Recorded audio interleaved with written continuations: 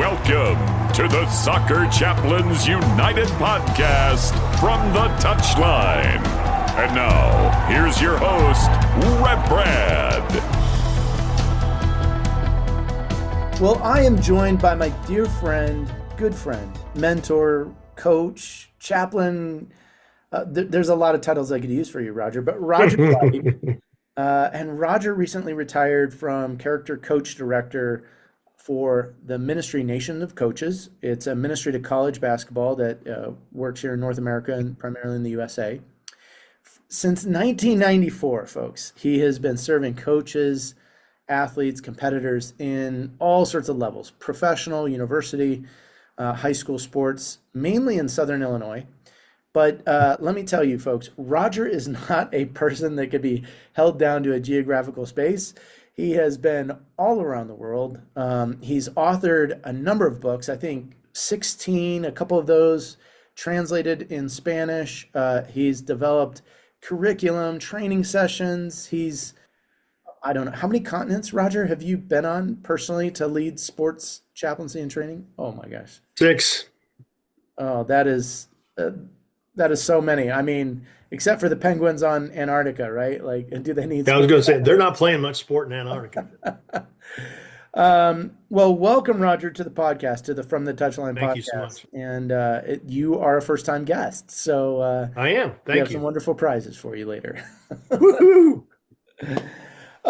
Roger, we just got finished with this global congress in Waco, Texas, and not only did you speak at it and were part of it, you've been involved in certain levels behind the scenes, and there was a little front stage moment for you too. But I would just like to hear about your experience. This couple weeks ago back in Waco.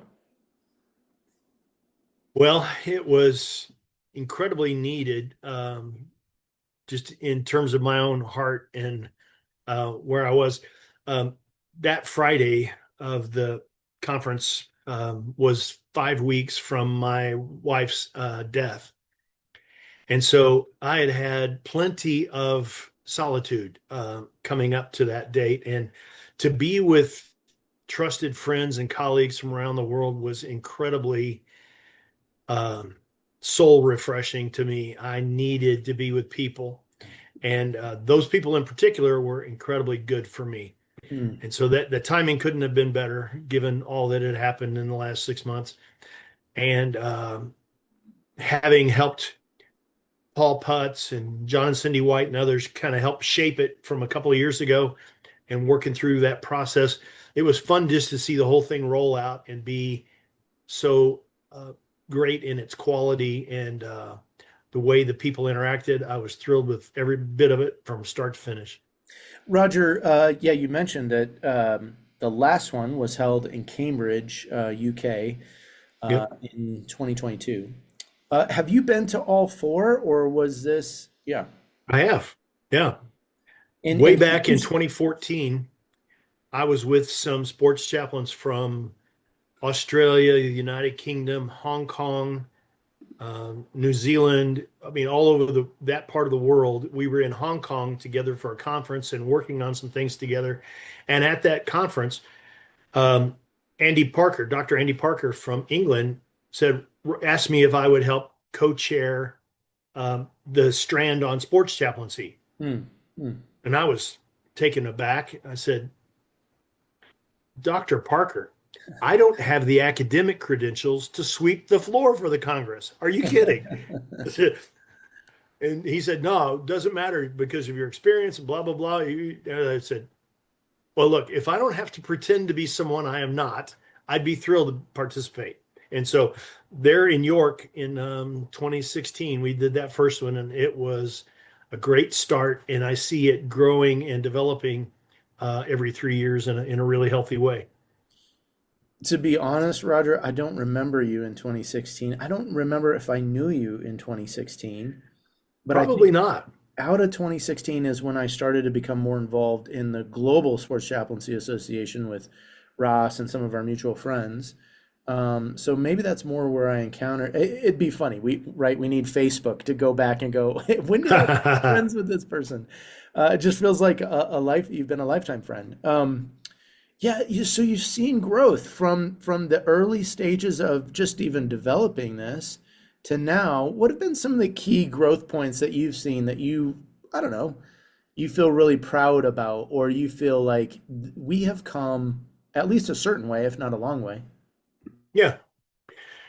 Well, way back in the first decade of the 2000s, Dr. Stephen Waller from the University of Tennessee and I would talk on the phone, and he'd say, Raj, I think most of these sports chaplains serving teams in colleges are terribly underqualified. I said, me too. I'm chief among them, no doubt. I'm figuring this out as I go. But I said, we're actually on the pitch. We're at the stadium. We're in the locker room. We're with the people. We'd be happy to learn from you guys in your research, but we're the ones that have the relationships in person. Let's talk. Let's work together. And that's been a healthy relationship between us. But then I see that happening more readily in the last 9 years than it was previously. Yeah, yeah. Uh, so we've gone England, U.S., England, U.S. Yeah, what's kind of been your sense? Because Roger, you've been much more global than just England, U.S. You've been to South America, like you've been doing sports ministry, sports chaplaincy training all over the globe. To you, do you feel like we're starting to see more global representation? Do you feel like there's still a space that, yeah, there's certainly a place where that can grow more? How does that feel for you? Yeah, we could certainly do better. And in some of my post-Congress evaluation by online, I wrote some notes of we have to find ways for the developing world leaders to get to us. Hmm. Right now, it's mostly been the U.S. and East in Europe, mostly just because they have the wherewithal to get there. It's been harder to get people from Africa and from the subcontinent and from parts of Asia and Latin America just because they may not have the finances to get there. So probably the next step forward is going to require some of us in the first world to help subsidize travel, even just travel for some folks prohibits them from coming. And they have great things to contribute, but they have to get in the room to be able to contribute. Yeah, yeah. I've thought about that. I've thought maybe sponsorship or some sort of Yeah, way of trying to get someone else in the room just to exactly. even add that extra perspective, or maybe we take the Congress a little bit more on the road, you know. Yeah. Unfortunately, our podcast is audio only. Otherwise, everyone could see the beautiful mountain behind you there from Guatemala, and maybe we just need to take it to one of these other countries. Yeah, I mean, the place where that photo is shot is a conference center in Antigua, Guatemala, and it is gorgeous. And it's the land of the eternal springtime, is what they call Guatemala. And it's just like springtime all the time. It's Mm. gorgeous every day. And places like that are well suited for that. But there's not a whole lot of places like that in the developing world. But anyway, it could be very strategic to do that down the line. Yeah, well, maybe we'll have to have you lead us there. Yeah, that would I'm be for it. Roger, so let's talk a little bit more specifically about the Congress itself that we just had in Waco. Tell me, what did you have a favorite session of the panel presentations, kind of the not necessarily the keynotes, but did you have a particular session a room that you got into? Maybe it was even a thread or a theme, and you felt like, wow, this is rich. I'm soaking it up. This is really, or it's new ideas to me, engaging my mind. Was there something that stood out to you amongst those sessions? Yeah, I'm thinking about one of the keynotes that happened to be a panel that was Friday morning, and I'm also thinking about the last panel I was involved in just facilitating for some other friends on Saturday afternoon. But on Friday morning, there was Juliana Smith, Justin Giboney, and Josh Lindblom, and they were talking about culture building and institutions. And I thought they all had excellent perspectives on 3 radically different stations in life and service, but they all had really good thoughts about how to build culture in those institutions, whether it's, like Josh is talking about, his Major League Baseball background, but now helping lead in youth sports. Well, that's like herding cats. Good grief. It's different than in a pro football club or a baseball team or even a university sporting club. But and then Juliana talked about what they're doing there at Baylor and how that's going. But to hear their perspectives and how they're each intentional about this and going about it, I thought that was very interesting and encouraging to me. And then on Saturday afternoon, I was able to facilitate for, we had sports chaplains from New Zealand, Australia, and 2 from the United Kingdom who talked about their unique perspectives on how they see the role of sports chaplains having a real role in character formation, in moral development, and personal development of the people they serve. And they had some great thoughts about how they do that day to day in their roles, whether it's in major sporting events like the Olympic Games or whether it's every day at the football club or building an organization that serves a bunch of football clubs. Those were all very, very insightful.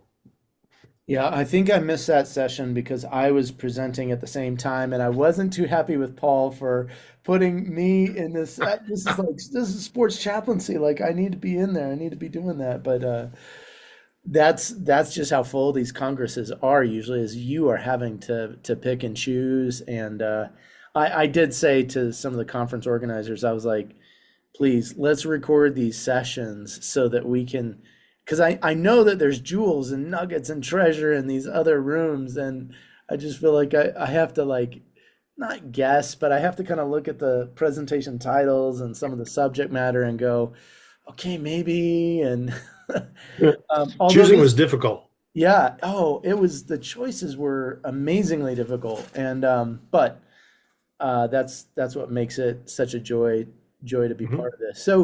So Roger, let's talk culture for a little bit, because you worked with Southern Illinois University, the Salukis, for how many seasons? 31. 31 seasons. So in that time, I'm sure there's a statistic. If I had more time, I would have done it. How many coaches, how many ADs, how many athletes had come through their programs in those 31 years?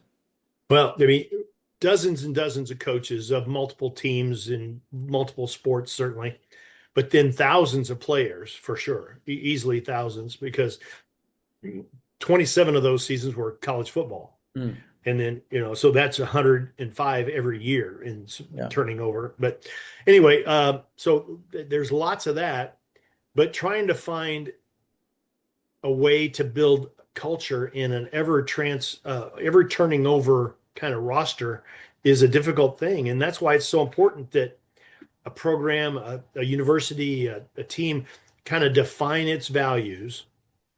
What is it we want to be about? And then find ways to help people adopt those values and buy into the big idea. What are we about?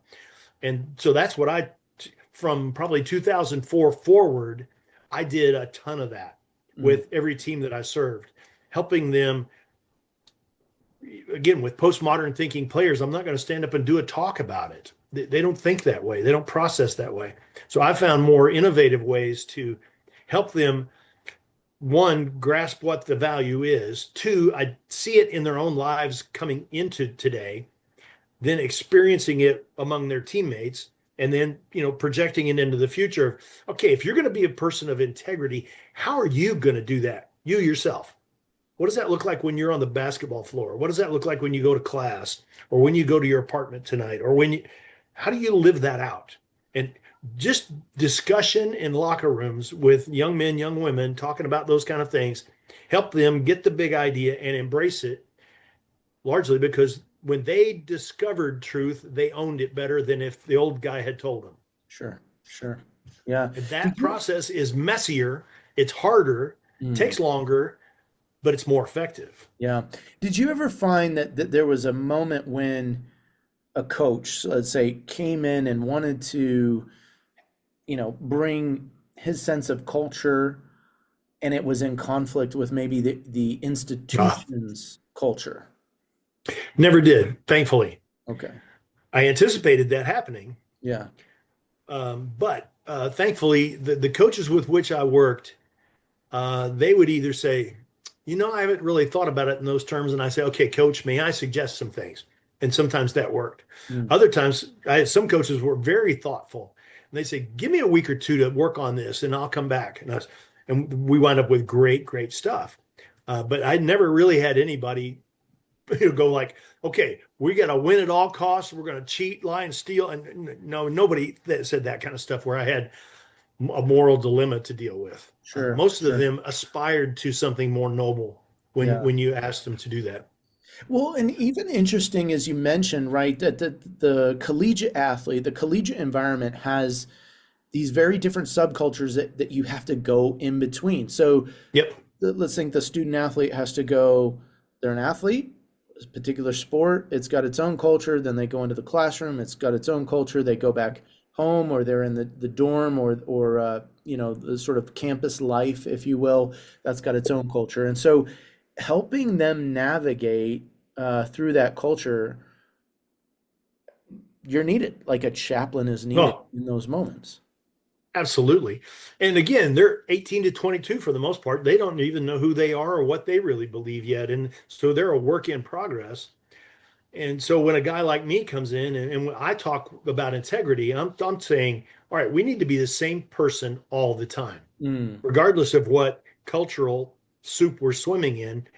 We have to be the same person holding the same values. And this way, people trust us. They know who we genuinely are, and they can count on us no matter what's going on around us. And so when we bring those kind of values to them, they go, yeah, I'd like to be that. Okay, good.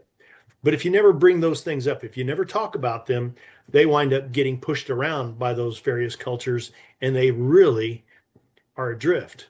yeah, yeah. Roger, you've worked for FCA for a number of years, then Nation of Coaches, and a lot of that time was designed. I mean, FCA is probably one of the foremost sports ministry groups that do have curriculum based on character. Mhm. What do you see as some of the challenges? Because even in your session that you mentioned that was great in Waco was about character formation. What are some of the challenges that maybe a chaplain or a character coach might face these days when it comes to character formation in these different settings, professional, collegiate, etc.? Yeah, depending on the university, the setting, the administration, some of these places are incredibly pluralistic and they don't even know what they are going to hold to. So it's run by pluralism, and which means we don't stand for anything. But what the advantage we have in the sporting world is normally the head coach of whatever team this is has enough ownership of the process to where he or she can choose, this is what we want to be about. And Mm, so that coach gets to define those things. Sometimes, like our university, maybe 10 years ago, developed a set of standards. They said, this is what we want to be about. Okay, that's good. That's helpful. None of the teams that I knew really wanted to deal with that stuff. But the coach always had a set of values he or she wanted, and that's what we would camp out on. mm, Whether it's a set of 5 or 7 or 4 things, but it gave us some points of focus to where we could really develop some of those things. Um, but again, there may be some environments where the overarching institution is going to say, put their thumb on it and say, no, you can't do that, or you can only do it in these terms and things like that. Now you self-proclaimed yourself as the old guy, but tell me what's the shift been generationally as you've in those 31 years? I imagine you're seeing a different generation come along, come up. How have you had to change character forming coaching across those years? Early on, most everybody took a teaching approach to doing this kind of thing. So you would put together a you would deliver your talk, done. And that seemed to work for a while. But somewhere about 2000, I remember reading Leonard Sweet's book, Soul Tsunami. And Sweet, in his voluminous book, talked about the effects of postmodernism and that way of thinking upon the church, and how the church can respond to this more normal way of thinking for most people. And I realized at that point, right at 25 years ago, I thought, if I don't change the way I think and communicate, I'm going to be a dinosaur in 2 years. I'm going to be out of touch. And so I wound up having to switch from telling a lot to asking a lot of questions. I get more done by asking poignant questions than I do by making statements. And once we're engaged, now we can go any place we want to. But it's that the good question opens the door to communication with the other person. So I start there. And the most postmodern thinkers generally happy to tell you their opinion. And okay, let's start there. And then that's where we go. And so that has served me well. I've used more of that thought and that approach to engaging people by asking good questions and going for dialogue, leading the process. It's Socratic method of asking good questions to lead a process. I've used that for years, I think with tremendous effect. Nice. Yeah, there is a shift, right? That we have to find that sort of place of listening well, right? In Yeah. asking those questions, listening well is so key. But the good question really is what keeps that conversation going, keeps the person Yep. engaged, Yep. us connected to them in many ways. So, Yep. Yeah. And in particular with millennials and Gen Z, I've found that if you are pretending, if you are posing, if you're any way artificial, they will discount you immediately. They can sniff out a phony from a mile away. But what they resonate with quickly is if you are authentic, especially if you are vulnerable about your own life, your own weaknesses, your own stuff, they're with you. Jump right in. But if they see you're posing, they're out. yeah, Leave me alone. yeah. They just turn you off. Roger, you've traveled with people for so long in this space, and you've been able to zoom in and have direct hands-on ministry with people in the collegiate sporting environment, a couple Mhm. different ministry groups, and then here you are in the Global Congress, right? Being part of all four of them, helping see and shape. Where do you see the future of sports chaplaincy, sports ministry, character coaching, any of those labels or words that we Yeah. use? Where do you see the future of that? Let's maybe talk US first, and then globally, where do you see those things going for a near or maybe a long-term future? Yeah, I think both in the US and globally, I see things are rapidly growing at the grassroots level. There are lots and lots of people want to jump in and get started.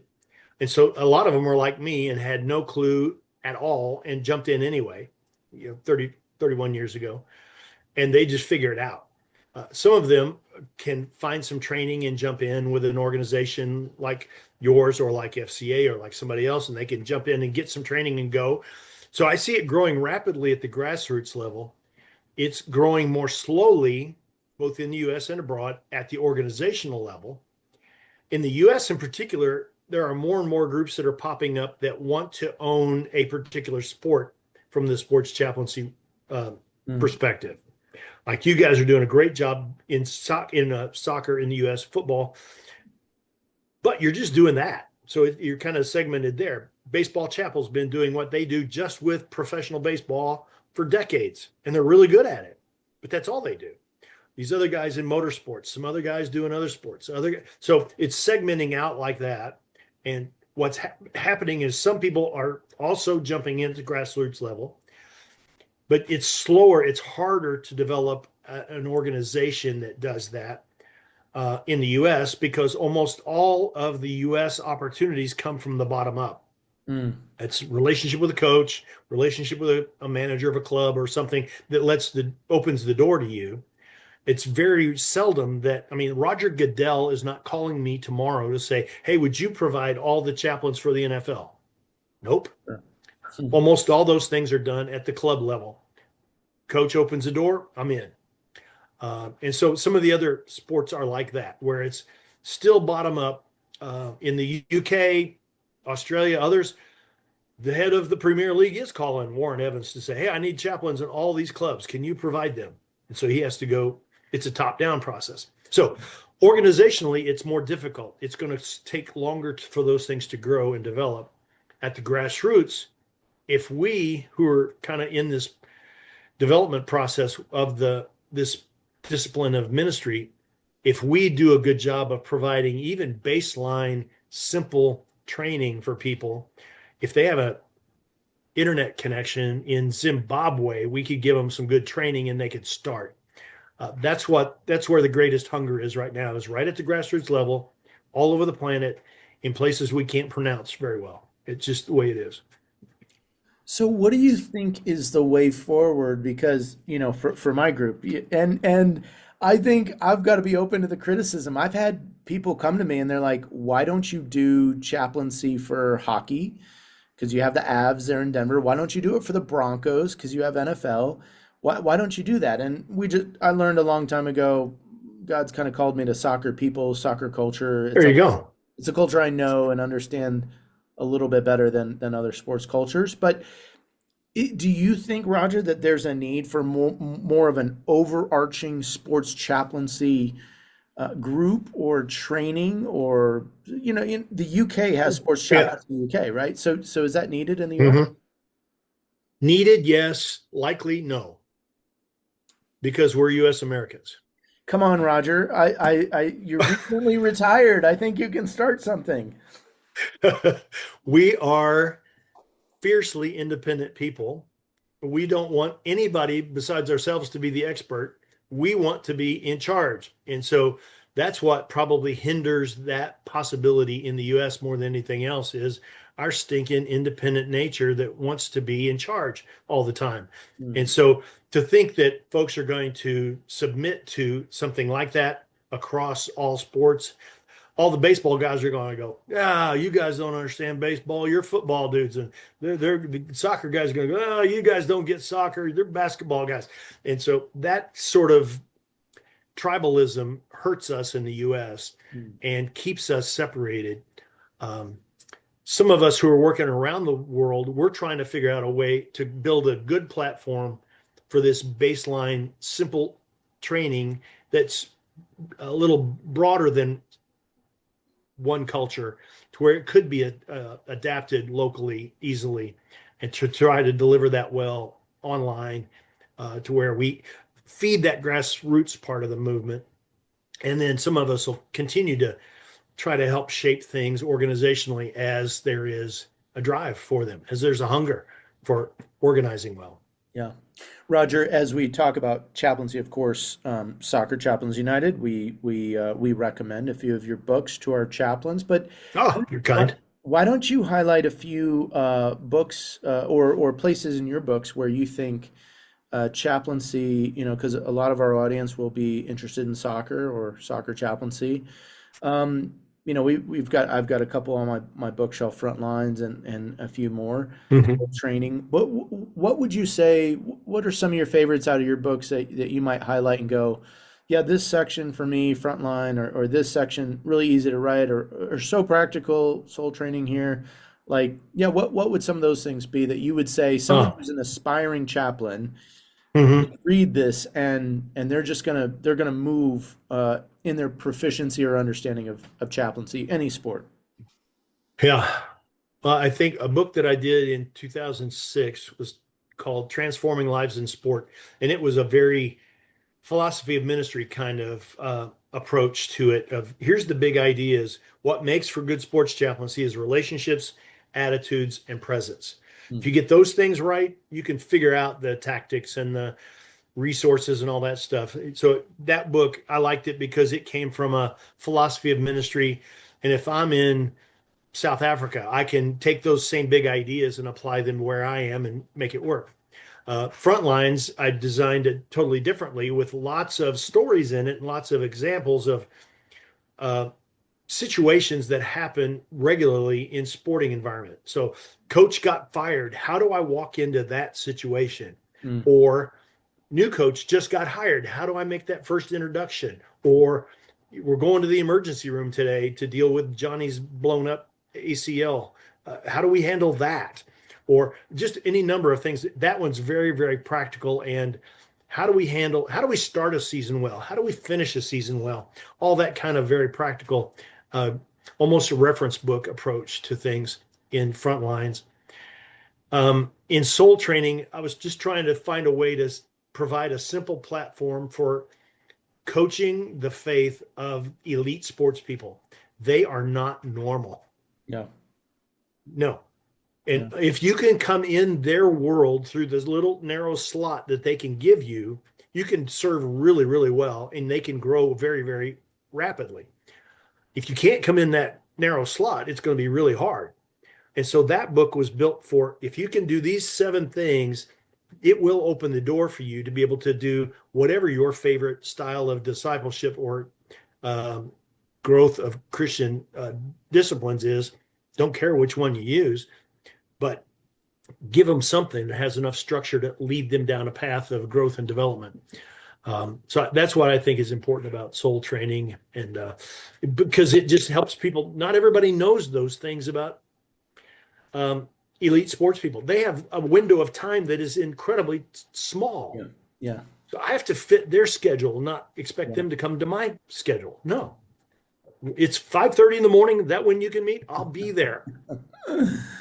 Oh, I laugh and I say amen all in the same, because it's so true. I in serving as a volunteer chaplain for the Rapids, everybody wants more time. You wish more time, but the truth is the grind of it all creates You're consumed.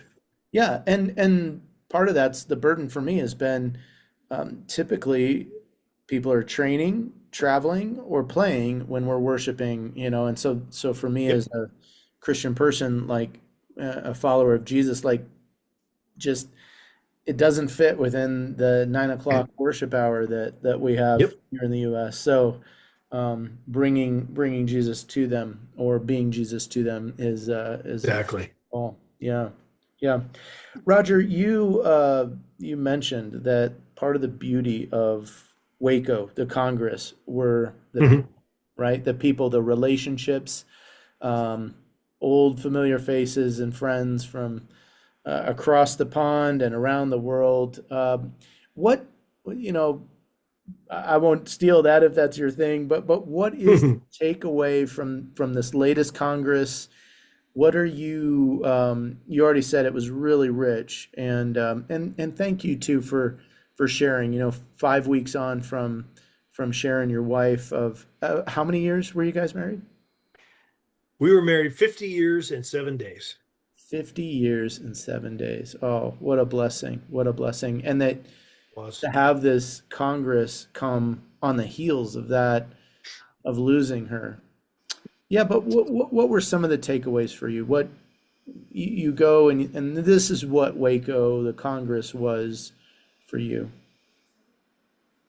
Yeah, I'm seeing it in the sweep of long term, from looking at where we were in 2014 and then 16 and to today.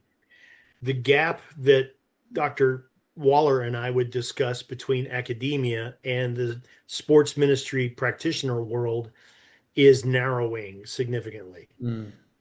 Given that, this event every 3 years helps that process along, but it doesn't stand alone. The relationships we develop at the Congress often leads to the next podcast visit, the next, hey, would you sit in on my class and talk with my class about this thing by Zoom? Hey, would you come work with us in this part of the world? And that's what's happening, is because we are engaged in each other's world, in a sense, even just for 3 days, it opens opportunities for us to interact with, but to learn from and to enhance each other's ministry from wherever we've come. That's, for me, one of the big takeaways is that is getting better, and it's leading to new opportunities for both the academic world and for the practitioner world. Yeah. Yeah, I love that. I to be honest though, I feel like I don't know that I've grown in my academic proficiencies the way I want to. It's like speaking a different language, and I want to grow more in that for sure. Some part of me is like, I don't have time. I'm practicing too much. Yeah. Well, I mean, I'm 69, but I read more and I read better and I read faster than I ever have. That for me is the academic process at this age with me is I'm going to read a ton, and it's going to help me. It's going to inform my mind and enhance my service.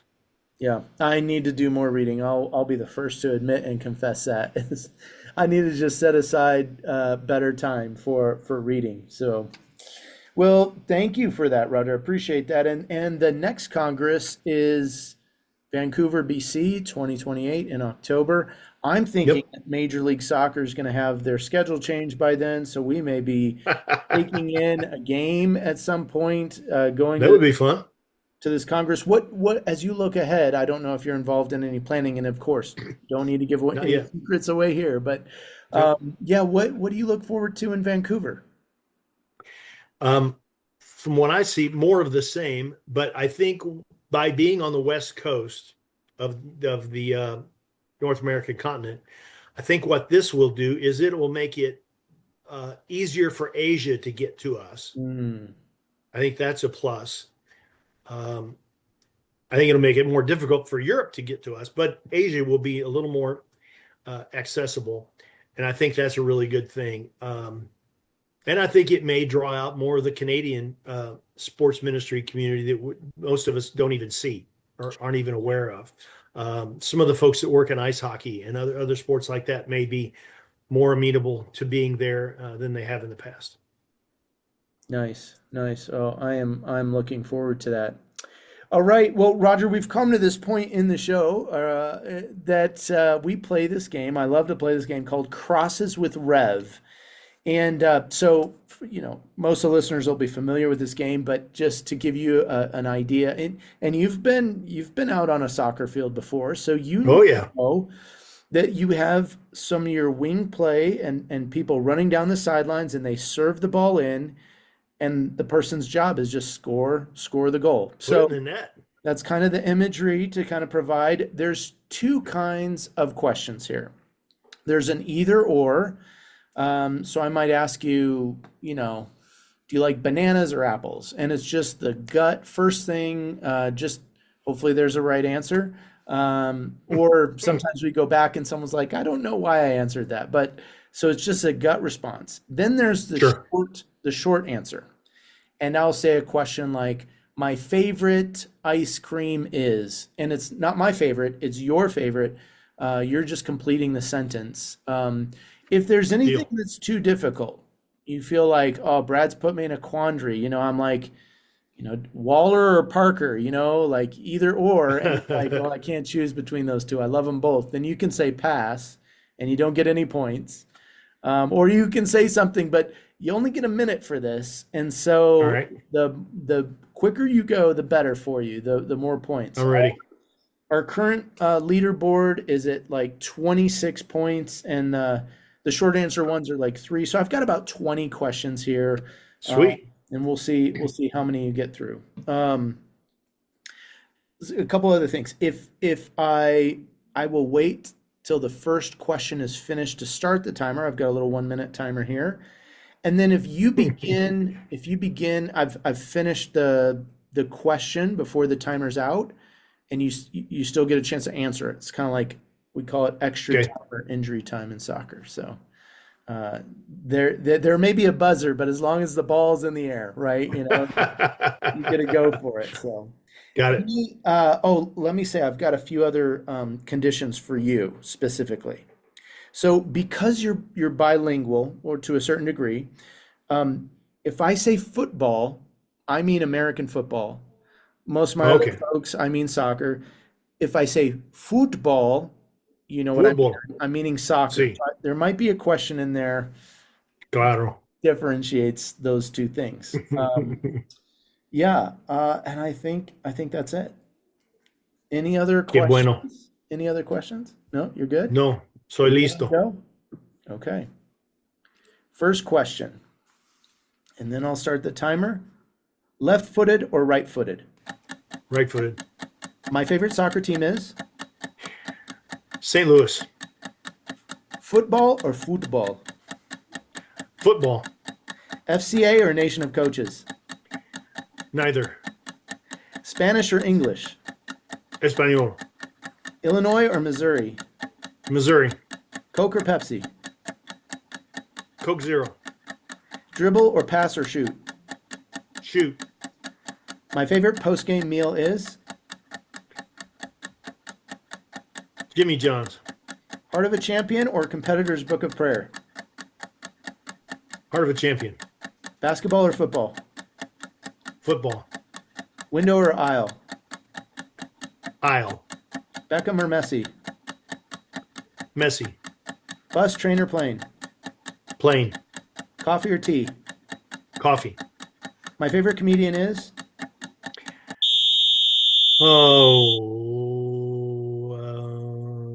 Stephen Wright. all right. That's it. That's it. All right. Let's see. 22 points. Not bad for your first time, Raj. Not bad. Not bad. Not bad. Oh, but we were just getting to the good stuff. Well done on question 4, FCA or Nation of Coaches, and you said neither. It's like I'm not choosing between them, so that was good. You didn't even pass. You just said neither. Nope. Cambridge or Waco? I'm curious. Cambridge. Okay. Because it's Cambridge. What about the Congress? Which Congress did you enjoy more, Cambridge or Waco? Waco. Okay. I thought Waco was more developed, but I enjoyed Cambridge. Just as you said, it is Cambridge. Yeah, that was the environment. This one was the content. Adidas or Nike? Oh, Adidas. Okay. See you wearing Under Armour there. So, Yep. Call or text? Text. Okay. Academic or practitioner? Practitioner. All right. All right. That's how I would have gathered you would have answered. So pretty good. I like that. So, but you chose Heart of a Champion over the Competitor's Book of Prayer. Yeah, say more. Yep. Folks, these are books that Roger's written, The Heart of a Champion.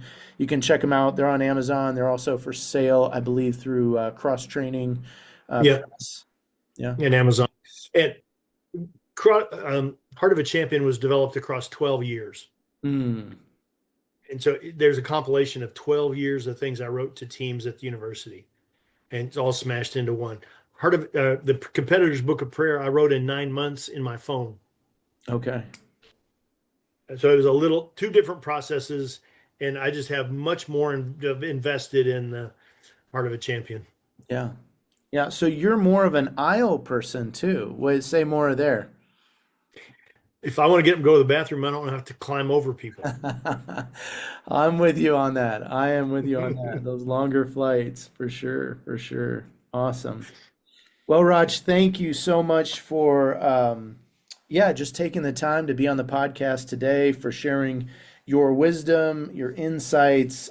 Friends, I want to invite you to consider booking a place in your diary and your calendar now for October 2028 and the 5th Global Congress on Sport and Christianity. I'm just thinking, I don't know, I wonder now, is this going to be a little bit more on practitioner turf rather than academic turf? I know maybe the location isn't yet determined exactly, but it feels like maybe this is our time.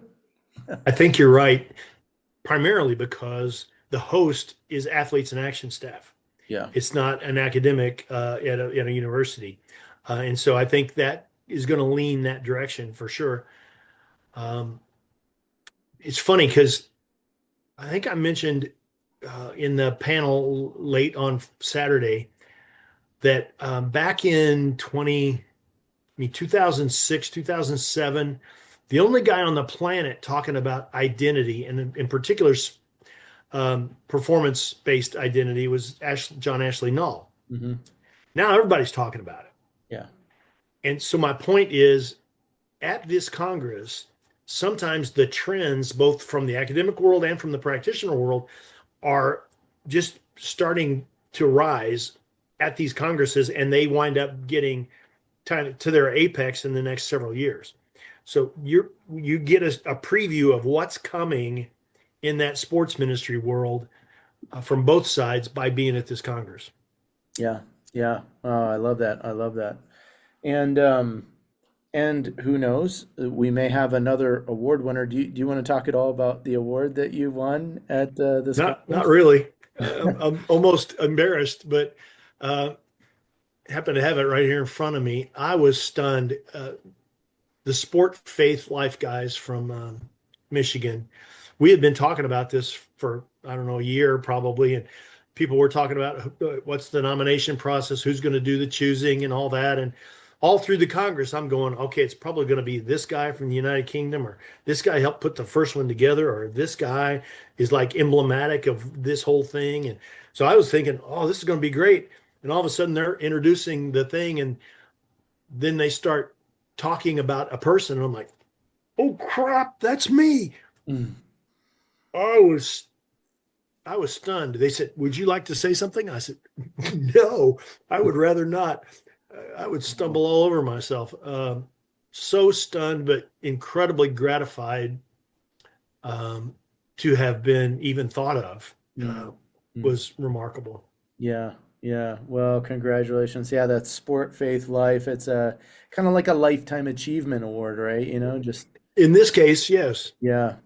Well, again, the old guy. 31 years of serving faithfully. And still going, still ready to take on the next challenge, the next mountain, as it were. For sure. Roger, just so blessed to have you be a guest on the podcast today, and my great pleasure. Be able to call you friend, to have your personal phone number in my phone, and just be able to say, hey, can you help a guy out? And but I appreciate you coming on. Roger, as a closer, would you mind giving a blessing? And again, most of our audience are going to be soccer loving, related people, and this podcast, being broadcast on Wednesday, August 13th. The English Premier League starts Friday, August 15th. Most of the U.S. leagues are starting to end the last third of the season. So would you kind of compile a great blessing for soccer people wherever they're in the world, and we'll finish up with this. Gladly, it's a privilege. Let's pray. Father, thank you for soccer. Thank you for football. Thank you for the beautiful game, how it draws often the best of us out, the best of us as teammates, the best of our ambitions, the best of our drive, the best of everything about us. We're also aware it sometimes exposes the worst of us. So, Father, we're mindful of both. We're thankful for you, for your grace given to us in Christ Jesus, and how he liberates us to pursue the best, to find real joy in the game, to find great sense of your purpose, of your passion, of your life in us, expressed at its very best in the game. Whether a season's at its nearing its end or just beginning, Father, may everyone involved in the beautiful game experience the very best you have for it and in it. And I pray all these things in the mighty name of Jesus. Amen. Amen. Thank you, Roger. Appreciate you being on the podcast today. Well, friends, this has been Rev Brad and Roger Lipe coming to you from the Touchline.